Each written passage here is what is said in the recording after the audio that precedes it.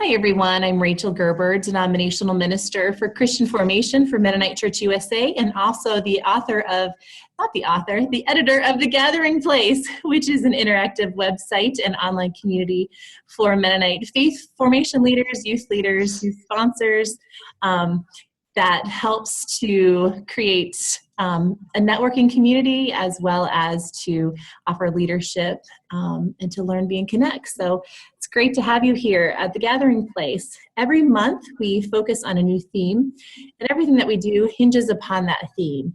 And this month we're talking about equipping and empowering our volunteers. What does it mean to create healthy teams that last and that can help with ministry, because we recognize that it's not just a one-person deal, that we need lots of support and volunteers to do the work of ministry. So we're thrilled today to have Dalene White from Bethel College, who's had lots of experience with volunteers and empowering and equipping them, encouraging them to create these healthy teams that last. So welcome, Dalene, to The Gathering Place.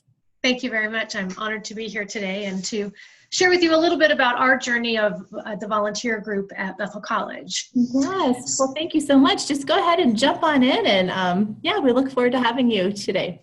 Thank you. So a little bit about how the group began. It actually began as an idea that was brought to us from one of our constituents. In our early days here back in 2010, this gentleman, when we were having lunch with him, and he said, there's so many things that need to be done on the Bethel campus, and I don't feel like we take a really strong look at the volunteer capabilities that are an option here on our campus. And that really resonated with my husband and I. At that point, we were pretty early in our tenure, and my role was still evolving, kind of trying to figure out where I was going to have a good fit. And the thing about running volunteers is it does take a person to manage the volunteers. And we didn't feel like that was going to be something that an existing employee that we wanted to sort of foist upon them, because it is a job in and of itself. Volunteers don't take care of themselves.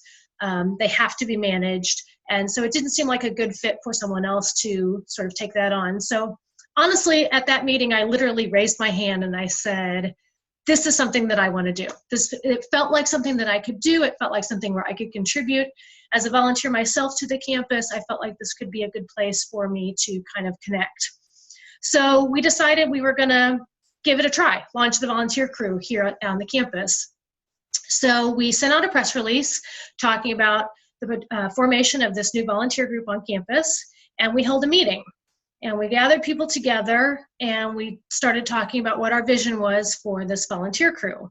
Now, mind you, I'd not had a lot of experience managing volunteers or running a volunteer group. So my experience comes from just trial and error. And I can tell you that it certainly evolved over the 7 years that we have been here, hopefully for the better, but a lot of lessons were learned along the way.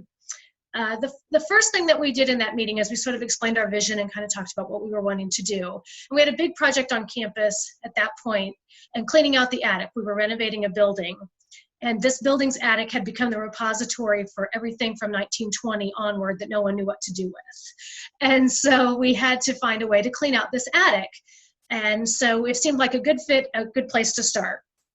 So we simply kind of sent out a plea for people to come and join us. We were going to clean out the attic. About 50 people showed up that morning, and we started working on the attic. And we did that for a week. Ultimately, it ended up saving the college thousands and thousands and thousands of dollars, and it was really the launching pad for this volunteer organization here on campus. All that to say, and in regards to managing your own volunteer group, it was a way for people to get excited about an initial project. That was a one-time project that we did in cleaning out this attic for this academic building. However, what it did is it created a group of people that were then invested to start working on the campus in a variety of projects. So what I shared with them initially in our conversations were that we were going to work on campus beautification. Because to me, volunteers have to be involved in projects where they can be successful and in areas where they really can't do anything wrong. So our goal was always to engage them in projects where they were going to be successful no matter what we were doing. And my mantra was, there is no wrong way to weed a flower bed, right? There really isn't. Anything that you do in that regard is going to be better than when we started. So I think it's ultimately vitally important to set your volunteers up for success. Now, with that said, depending on my volunteer group, really were about age 65 to 95. So I was working with an older demographic of people. So these people had wonderfully fulfilling careers and have retired back in North Newton and wanted to get back on the campus. So I have not done this with younger kids or with high school students or things of that nature. But this group of people felt very empowered to be a participant in whatever I was asking them to do. They had invested in Bethel. They were looking forward to being a part of this. So a few tips and lessons that I learned along the way. The very first thing about running a volunteer group is that if you are the leader, you must absolutely be the leader. You cannot sort of be the leader. You can't abdicate your role as the leader. You can't assign the role as the leader. If you're the volunteer group leader, you must be the leader. For all the good and all the bad, you must be the leader. What that means to me is you have to be organized. If you have a project that you want your volunteers to work on, whether it's planting a flower bed or cleaning out an attic or doing a mailing, you have to be organized. You can't ask these people to show up and say, well, maybe we're going to do a mailing, maybe we're going to plant a flower bed. My expectation was that they would show up at the assigned time, and if it was the day that we were doing flowers, all of the flowers were available for them to do. We were going to make our assignments and they were going to go do. If it was to do a mailing, the envelopes were there, the letters were there, the stamps were there. We were going to make an assembly line and we were going to go. We were going to waste any of the time that they had committed sort of while I was figuring out what we were going to do. I think it's essential that you be organized. The next thing I think you have to do is you have to lay out the expectations. Now, they can be high expectations, they can be low expectations, but they need to know what you want from them. So in our case, because we did a lot of landscaping, I would present to them, here is the flower bed. These 3 flats of flowers need to fill this flower bed. I don't care how they're arranged, just go and do. Now, if it was tree trimming, I told them how high I wanted the tree cut, and they were free to go and do. If it was weeding, go and weed. But I think it's important that you set out the expectations, because ultimately what I have found is these people want to please you. They want to do what you want them to do, but they need to know how. We used to clean residence hall rooms all the time. Really, the expectation was, if you're cleaning a residence hall room, it's always going to be better when you finish than when you started. There's no wrong way to scrub a toilet, in my opinion. If you can have people who are giving of their time to clean residence hall toilets, I am grateful. I am grateful. No expectation other than please just use some cleaner in a room. The other thing that I found out is that you also have to equip them. So in my communication with them about, okay, we're going to have a volunteer day on Thursday. These are the 3 projects we're going to work on in that day. This is what I need you to bring, whether that was gardening gloves and rakes and bags, whatever, or if we were doing a renovation project or painting and they needed to bring painter's tape and paintbrushes and screw guns. It didn't matter what I asked them to bring, and they weren't bothered by bringing things. They just simply didn't want to arrive and not have what they needed. So I made the mistake early on in our attic renovation of they were going to take apart some old chairs. Well, I didn't ask them to bring screw guns. Well, they were very upset that they all, they didn't like that. They wanted to have their screw guns. They didn't feel like they were making enough progress. So I learned that you need to tell them what you want from them. And I have found them always more than happy to do whatever that means. They just need to know. They want to know. They need to know what that expectation is. As I said earlier, I feel like you have to choose projects where they can be successful. If it's an intricate project, we had some really fine painting projects that needed to be done.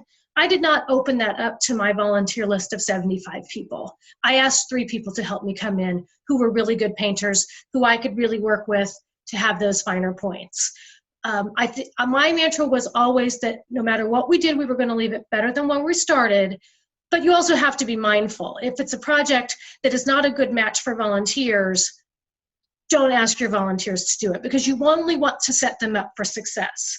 Because ultimately, you are what brings them back. You are the reason that they come, even though if it's a wider organization, you are what brings them back. And so with that, I felt like my role, because I had asked them to give up their time for no compensation to do jobs that were less than glamorous, I was the cheerleader. Now, I know that cheerleaders have a lot of negative connotations, but I'm telling you, if you get a group of 30 people together and all you do for 4 hours is thank them for coming, tell them what a great job they're doing, and they can visibly see the difference they are making, they will come back next week or next month. But you have to constantly reinforce how grateful you are that they're there, how much difference they're making on whatever project that you're doing, and what a great job they're doing. It breeds itself over and over and over. And so I found that being the cheerleader was very fulfilling for them and for me. They want to feel valued. They want to know they're making a difference. They want to know they're helping because they're giving of their time freely.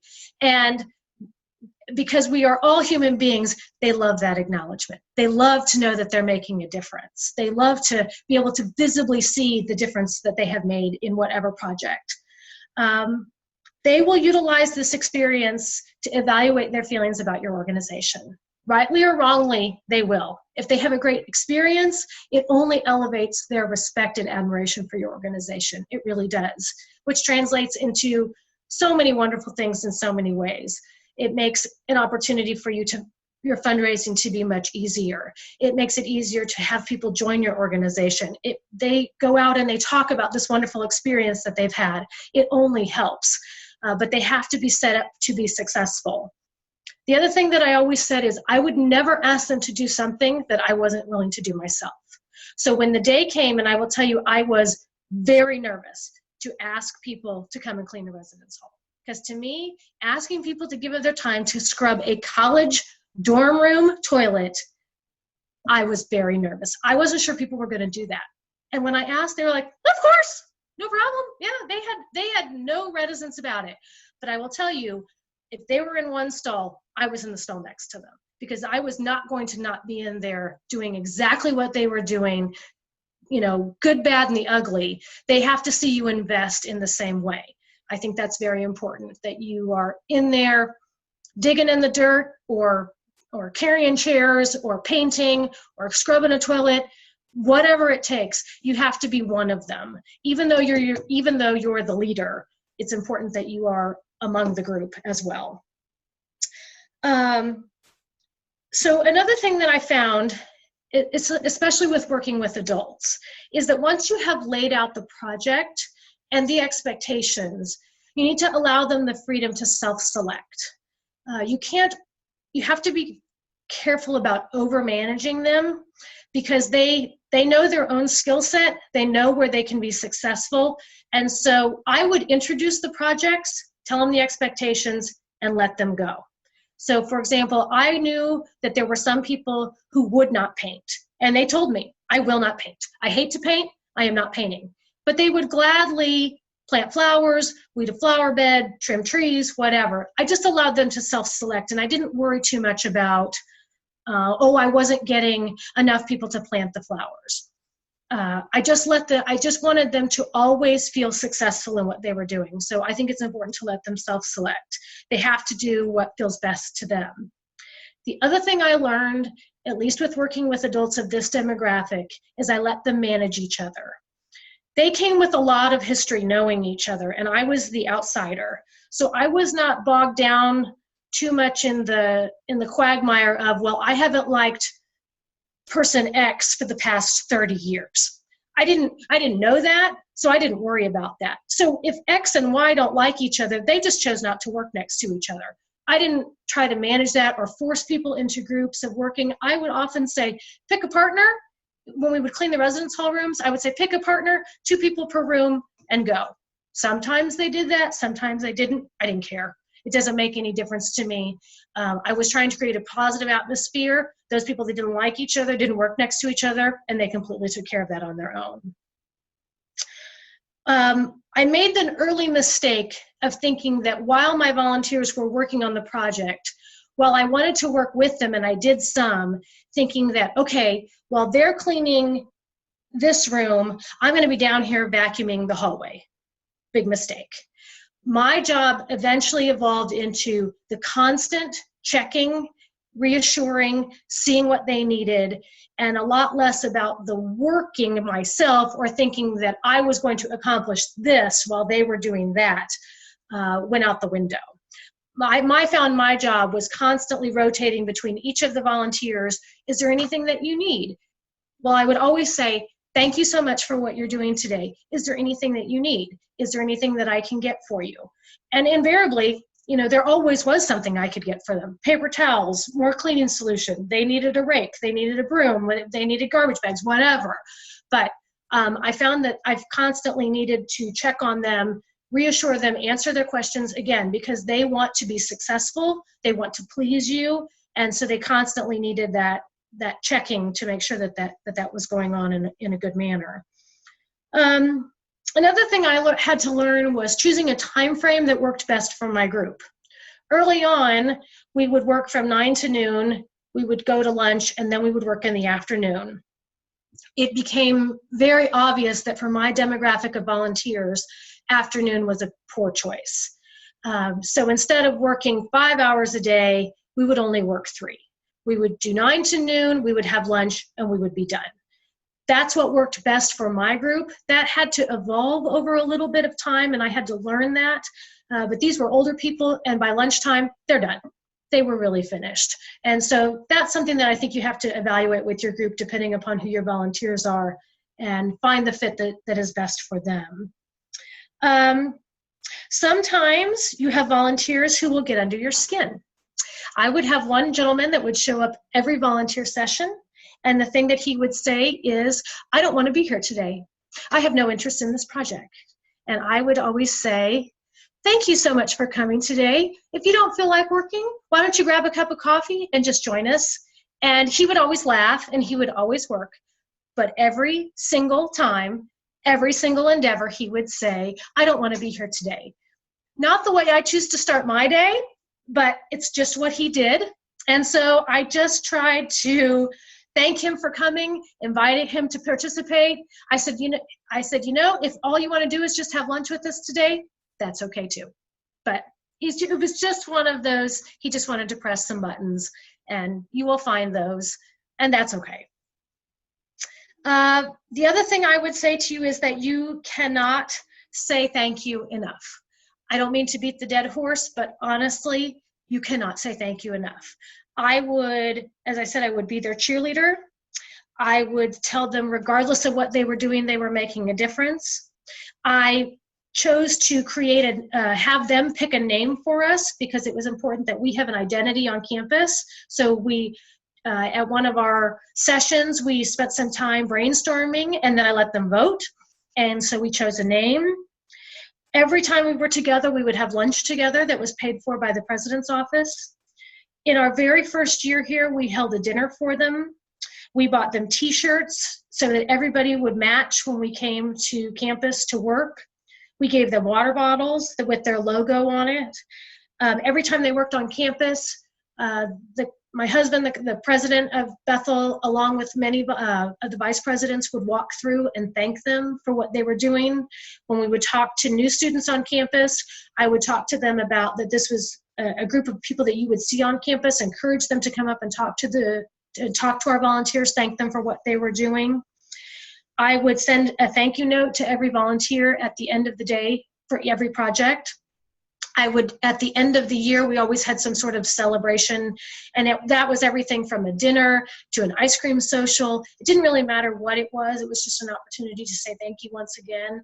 I would total up the hours that they had worked, multiply that by the minimum wage rate, and tell them what a difference they had made. Over the course of time here at Bethel, the volunteers actually donated enough time that they were essentially another full-time employee.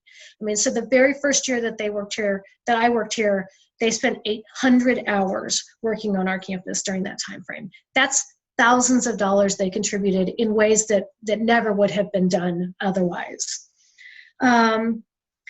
I would say that you need to publicly acknowledge their work in whatever way you can. Do it often. They will say that's not necessary. Do it anyway. They appreciate it. It becomes a part of their identity. Being a part of this group, I found, was something that they enjoyed so much that they would schedule their plans around it. Now, I will say that this group, I didn't ask them to come every week. I asked them to come once a month. And as time went on, because we had done so many projects, I didn't need them as much, and that was okay. But it wasn't something I asked them to do every single Friday or something like that. So we did have some buffer, but people would look forward to it. They would expect it, and they would say, cleaning my own house is never very fun, but when I get to come together with a group of people and we're chatting and and we're doing something for the students, it just feels like fun. And so they didn't really think about, oh my gosh, I'm cleaning mini blinds that probably haven't been cleaned in a lot of years, but we're finding some joy in that as it goes along. The other things that I would share with you is don't think that when the volunteers finish for the day that your work is done. I discovered that oftentimes at the end of a 3-hour work session, I would spend at least 2 or 3 more hours cleaning up. And that was just because when it was time for them to be done, I wanted them to be done. Now, they would have done all the cleanup and all of that, but for me, it just worked better if when the time came, we went to lunch and then I just sent them on their way. So again, I think you have to do what feels best for you and your organization. If you need that to all be cleaned up at the end of the day, then that's great. That didn't work for me. We would often have many, many things that would need to be put away or taken to different places on campus. And so at the end of our time frame, I just let them go. And then I took care of that. So it was a couple more hours of work for myself, both before and after. Because again, if it was a planting day, I would have everything that they would need to plant set out and ready for them to go when we would start at 9 o'clock. Or if it was a cleaning day, all the cleaning supplies, every person got a bucket with exactly the same thing in it, not unlike you would do if you were working in a classroom with children. Another thing that I discovered was that in any organization, there are things that are happening, of course. If there are things that are happening that are going to result in rumors, I would say address them. Those people talk about them. They know, or they think they know what's going on. And I would say it's a perfect opportunity to get your narrative out there before anything else starts through the rumor mill. So on a college campus, there are always things happening, good or bad. And so lots of times during our work time, they would say, I know you might have heard about X. Let me share with you sort of some backstory. That really helped to build some trust. It helped to keep some problems out of some other vice presidents' offices because we could just kind of talk about it. And then it also empowered some people to counteract the rumor mill that was going on that they might hear in their own setting, in their neighborhood or in their own church or whatever. So it did help to work on that narrative if there was something that needed to be addressed. And I also discovered that you have to allow that group to evolve over time. We didn't always have the same people. We didn't always have the same number of people. But as I discovered, choosing a better time or choosing a better fit for projects or asking them to bring the things or figuring out what works best, I think that's something that just takes some time. Allow them to have their input, listen to them as to what they're needing. Volunteers talk with their feet. They don't often tell you if they're not happy, but then they won't come back if they're not happy. So I constantly tried to maintain that relationship of making sure that they were getting what they needed. And if it wasn't what they needed, I wanted to make sure and take care of that in any way. I will tell you that over time, they will get better. They will take ownership. They will view it as an obligation. They will tell others, and they will make it a priority, and they will support you when you need it. And being the volunteer coordinator at Bethel was the single greatest joy of our time here. Personally, for me, it gave me an identity on the campus, and it allowed me to engage with these people on a whole different level than I ever would have if it simply would have been a very formal presidential spouse calling on people.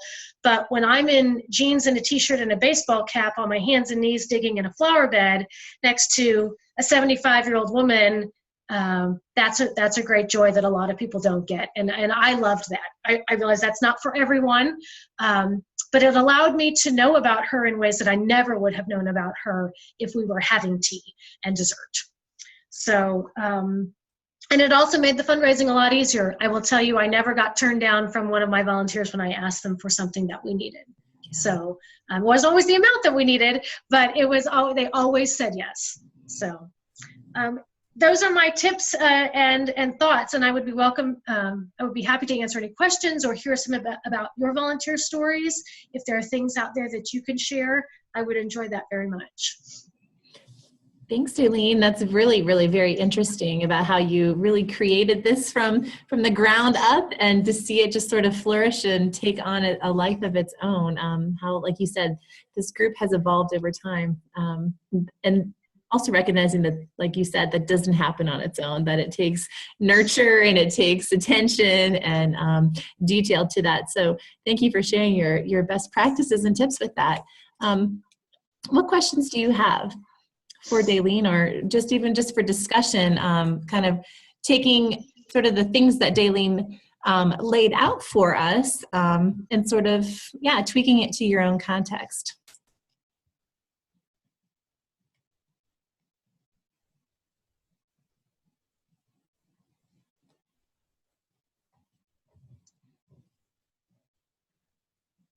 Do you currently engage with a group of volunteers in your own communities or through churches or professional lives? Dalene, this is Brooke Musselman. I work with Atlantic Coast Conference in Lancaster, Pennsylvania. One question I would have would be about recruiting. We would have some needs for volunteers, but there's no kind of program established. There's nobody been doing these things on a regular basis. So like getting some kind of a program off the ground. I wonder if you could give any tips. So the first thing that we did was to send out an email blast talking about the creation of this volunteer group and sort of what we were thinking about and what we were needing. And we asked people simply to respond via email if they were interested in being added to the list. And what I said was, when they were added to the list, it doesn't mean they were obligated. It just meant that they would be informed of when we were going to have a work day. And so I was able to create an email listing of around 100 people. Now, please don't misunderstand. I didn't have 100 people show up at every work day. But, over time, of those 100 people, half of them probably showed up at one time or another, but at least it was a way to collect initial names. And then they also, once they started working, they recruited other people to join them. There, even people visiting, which I was amazed that, someone would come to visit and then they would be drugged to campus to plant flowers or to clean. I mean, they shocked me in the ways that they would do that. But if you can kind of send out what you're thinking about, especially I found in this wonderful Mennonite community that has such an ingrained sense of service, that they gladly signed up and came and at least got an email list started. And just to jump in, did you notice that the more specific you were able to be in your requests, did you see a correlation that happened between volunteers that were willing to versus just, hey, come and help, versus next Saturday at 3 p.m. I have X, Y, and Z? You know what I mean? Like, right. They wanted to know what they were going to be working on, because like I said, some people, were very adamant that they were not going to paint. So please don't email me on the day you're going to paint. They wanted to know what they were going to be working on so that they would be adequately prepared, and then they could choose if that was a project that was of interest to them. Yeah. So I think it is helpful for them to be specific. We've got a question here on the group chat from Marie. I'll just read it, okay? it says one difficulty with volunteers we're working to figure out is when there are volunteer positions that do have certain expectations, such as Sunday school teachers and greeters, but things that we need those people to do, but we also hesitate to, I'll say, confront when someone isn't doing their job. Do you have any recommendations or insights into those types of situations with volunteers? So again, I would probably choose to lead from the positive. If you have, let's say, a greeter or a Sunday school teacher who's maybe not doing exactly fulfilling your expectations as you wish, I would thank them and affirm everything they are doing correctly. And then share with them the opportunity of, I have a few things here that we need to just think about the way that we approach that, or what we're needing from this role. And I would define it in terms of, as our Sunday school teacher, we need to make sure that we are doing X. Again, with volunteers, you have to be careful. I would make it less personal other than the thanking, and then the opportunity for improvement, I would try to make it in a broader context of, we need to really make sure that we are accomplishing the following things. With that said, I certainly acknowledge that not everyone is going to be able to fill those roles specifically in the way that you would desire, and I guess you have to determine when it's best to simply part company, and when it's best to be able to make the necessary modifications if they're willing. Now, I also understand that some people come very entrenched in, I've taught Sunday school for 25 years and I don't need to be doing it any differently, and I'm doing just fine. I mean, I recognize that those people are out there, and I would say that that's just a matter of depending upon if that's a battle you want to fight. Sometimes you do, sometimes you don't. Sometimes it's best to just say, thanks, and we're going to do it a little differently next year, and we wish you well. Maybe you're not going to be a part of that. Yeah, so. Yeah. No, right. No, alienating anyone is never a good thing, especially in a volunteer scenario. But I think that just goes to show that, like, how it is so important to be clear about your expectations, which you talked about quite a bit, and to be clear regarding from the get-go up front, being like, hey, we are recruiting Sunday school teachers for the fall right now. This is what you're expected to do as a Sunday school teacher. This is approximate amount of time. This is the curriculum we'll be using. Sort of lay it out, I think, as specifically as you can. So people, like you said, do know what the expectations are, because I think from a gut level, we all do want to please and do a good job and feel successful. Otherwise, we would never agree to volunteer in the first place, so. Sure. Of course. Yeah. There's a reason that they're willing to commit, and that is because they feel like they're making a difference. Otherwise they wouldn't be participating. So yes, laying the expectations out, I found to be very, very affirming in getting the project done that you want it done the way that you want it done.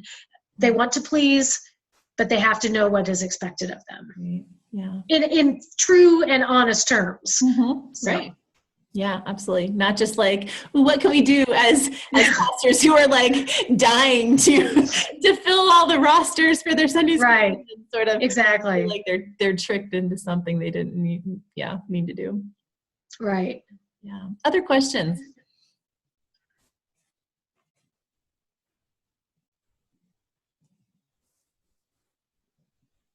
Not really a question, but I will comment that I think, at least in church ministry and church volunteers, we probably don't do enough of the celebration and the thanking.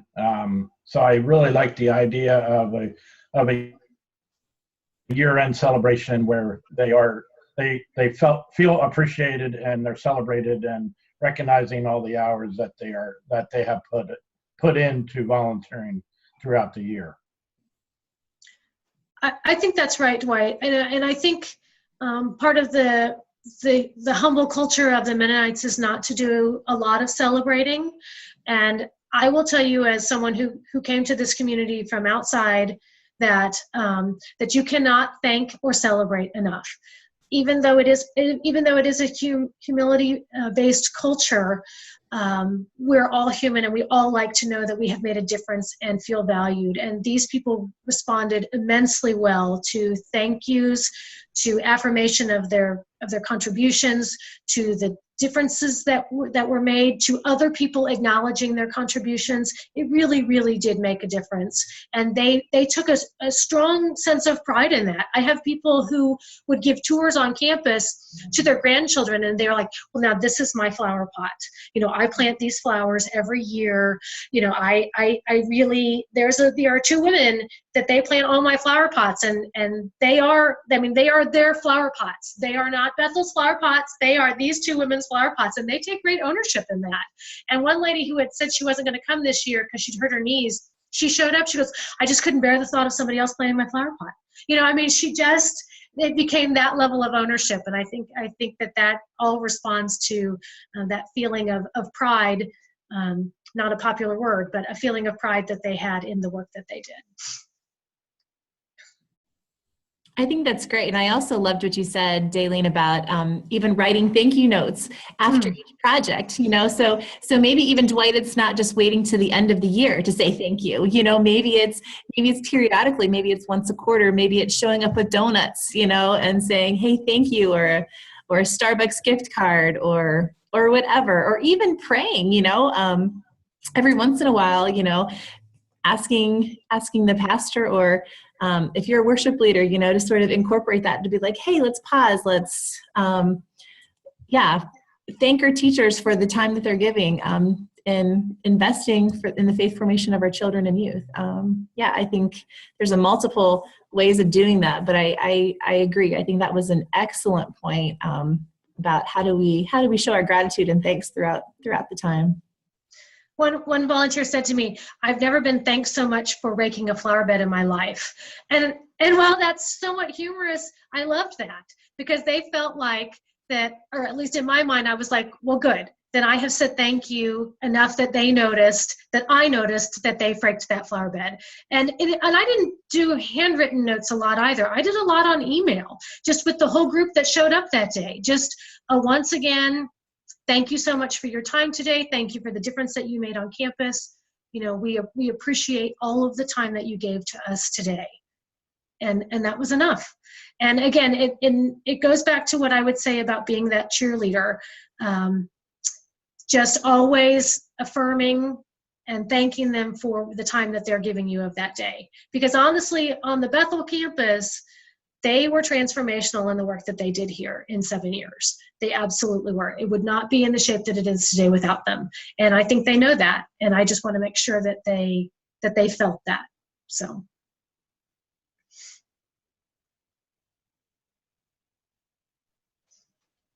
Great. Are there any other questions or comments regarding challenges you've noticed, or celebrations that you want to share about what worked well?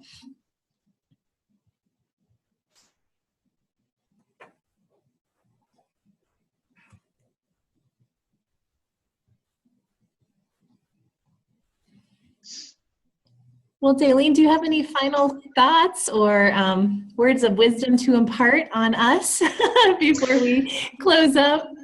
I would just say, if you are in the position of leading the volunteers, lead with enthusiasm and confidence, and they will follow your lead. If you are passionate about the project that you are working on, they will feel that, and that will help them. Even if they're a little reticent at the beginning, if you are enthusiastic and involved, it will bleed out. They will feel that, and that's what will bring them back. Don't misunderstand me when I say, if you are the leader, you are what will bring them back. And it's all based on your enthusiasm and your attitude and your contagious, infectious desire for the project that you're working on. Never underestimate the power of the power of passion that you can share for whatever it is you're working on, and people will follow. I love that, power of passion. I think that's so true. Yeah, well, thank you so much, Dalene, for talking with the Gathering Place here today and sharing your words of wisdom.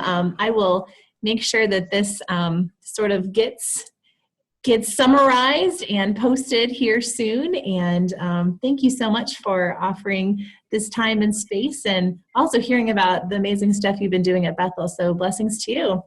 Thank you very much. I appreciate being a part of today. Absolutely. And thank you all for coming and sharing your afternoon with us. And hope you have a wonderful afternoon. And feel free to join the gathering place next month. So thanks again.